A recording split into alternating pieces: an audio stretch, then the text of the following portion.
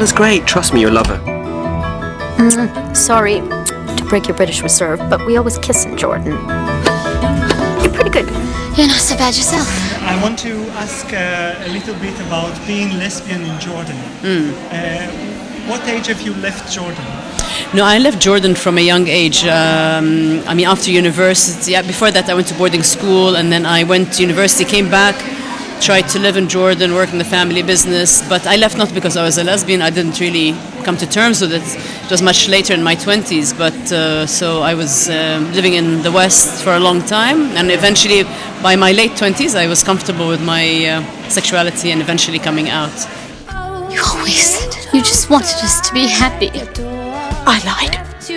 Haven't you shamed us enough already?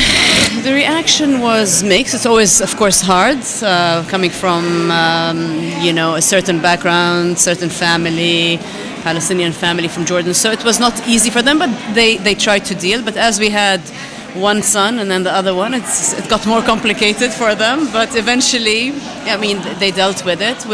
Of course, like anything, it has pain, and eventually you they have to adjust or not. Except your wife and your children.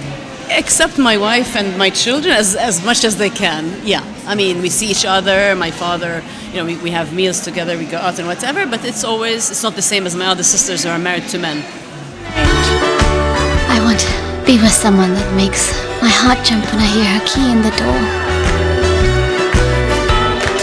That someone is you. So what's your message to the gay lesbian community in Jordan? I just think it's important to be true to yourself, and I think the more people are comfortable with their sexuality and who they are, the easier it becomes for others as well. And I think there's nothing like living out with truth and with integrity. Have they shown your movies till today in Amman? Illegally, they have.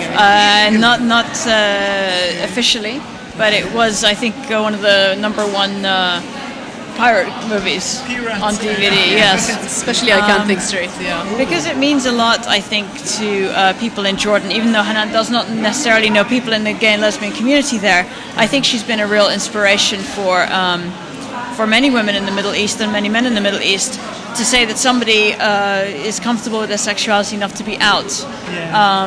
And to have dealt with a lot of family drama. We've had some amazing support from certain people in the family, but most of it was drama. And she's dealt with all of that, and I think it's been inspirational to show people it can be done, because before that it's been such a taboo that it doesn't cross people's minds as a possibility. So I'm very proud of her for that. And actually, because of that, one of our biggest funders for TEDx Holy Land, fortunately, is a Palestinian lesbian woman who lives in the Middle East. She wants to remain anonymous. But because she was very inspired and moved by the films and what we're trying to do, she decided to become a big donor of TEDx Holy Land. So that made it a possibility for us, thanks to the movies. So all we left to say is that good luck. Thank you. And we love to see your movies.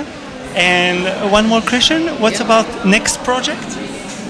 The next project, I'm waiting for my brilliant producer to get working on it. I just finished the script of Despite the Falling Snow, which is based on my second novel, which is a story about passion and betrayal in Cold War Moscow.